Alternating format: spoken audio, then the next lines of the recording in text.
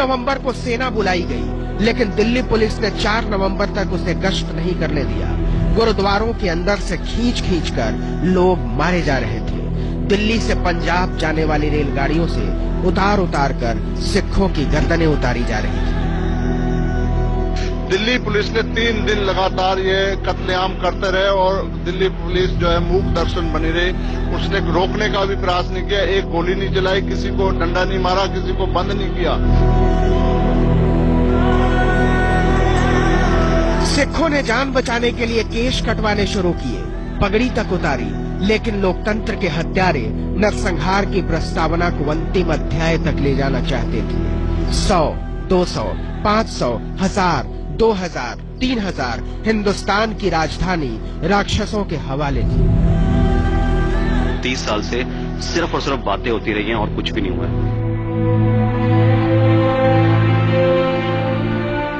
सज्जन कुमार, ललित माकन, HKL भगत और Jagdish Tytler की चौकड़ी रात भर अपने काम में जुटी हुई थी। इस चौकड़ी की पूरी कहानी भी दिखाएंगे आपको।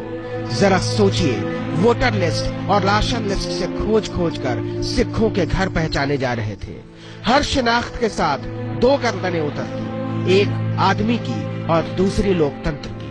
उन 8 दिनों में 8000 मौत मरा हिंदुस्तान। लाखों के घर कौड़ियों में बेच कर भाग रहे थे सिख, मालूम नहीं कहां। संविधान से मिला जीने का मौलिक अधिकार अनुच्छेदों और धाराओं के बीच अपनी मौत मर रहा था। कोई नहीं था जो किसी को रोक लेता। जिन आंखों ने वो मंजर देखे हैं, वो आंखें आज तक नहीं सूखी, क्योंकि जब सियासत सूख जाए तो उम्मीदें काट हो जाती हैं।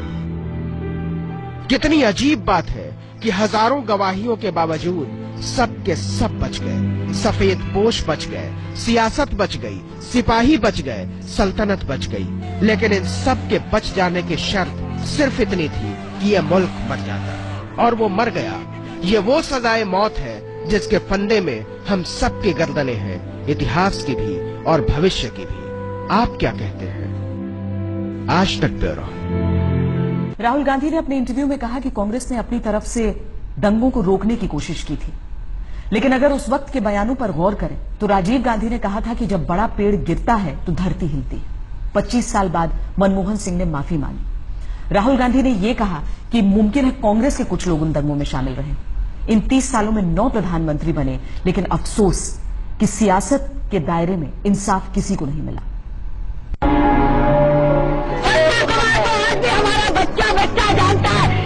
सैटन को, सज्जन कुमार को फांसी आनी चाहिए। उसको भी अरेस्ट करें और उसको भी सजा दें, उसको भी फांसी दें।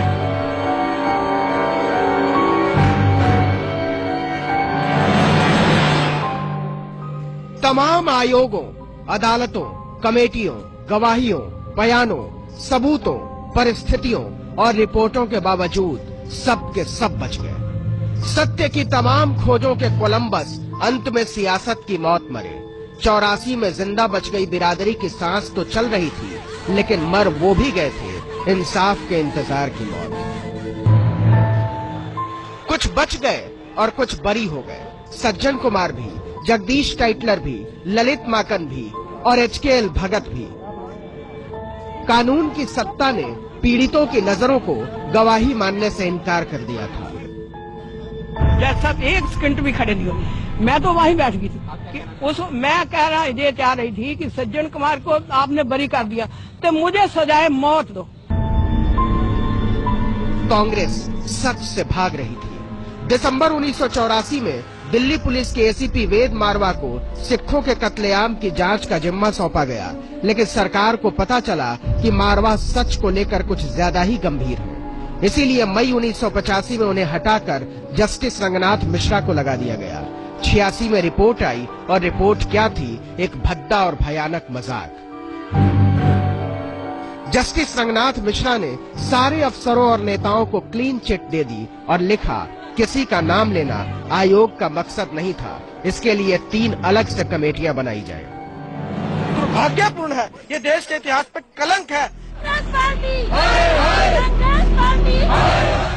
कांग्रेस दिखाने की कोशिश करती रही कि वो सिखों को इंसाफ दिलाएगी, लेकिन वो अंदर ही अंदर अपने नेताओं की चमड़ी उधड़ जाने के डर से घबराई हुई थी। एक आयोग, दूसरा आयोग, तीसरा आयोग, 10 आयोग बने, लेकिन इंसाफ का इंतजार नहीं खत्म हुआ।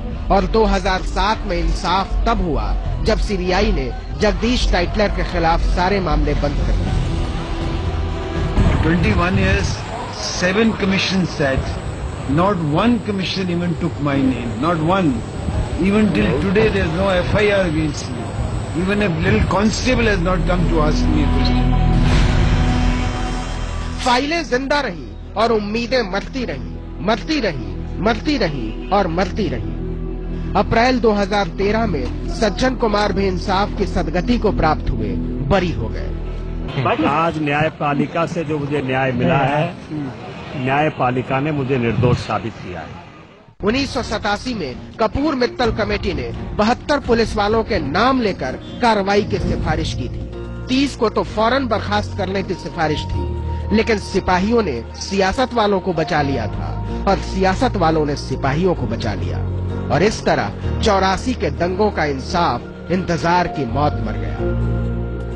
ये बेशक 100 साल भी लग जाए, इंसाफ जब तक मिलेगा नहीं, ये स्ट्रगल जारी रहेगी। ये स्टेट स्पॉन्सर्ड कार्नेज था, जिसको ये राइट्स कहते हैं।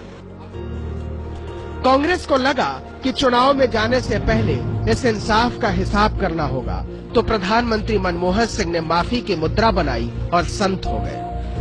I have no hesitation in apologizing not only to the Sikh community but to the whole Indian nationhood, because what took place in 1984 is the negation of the concept of nationhood enshrined in our constitution.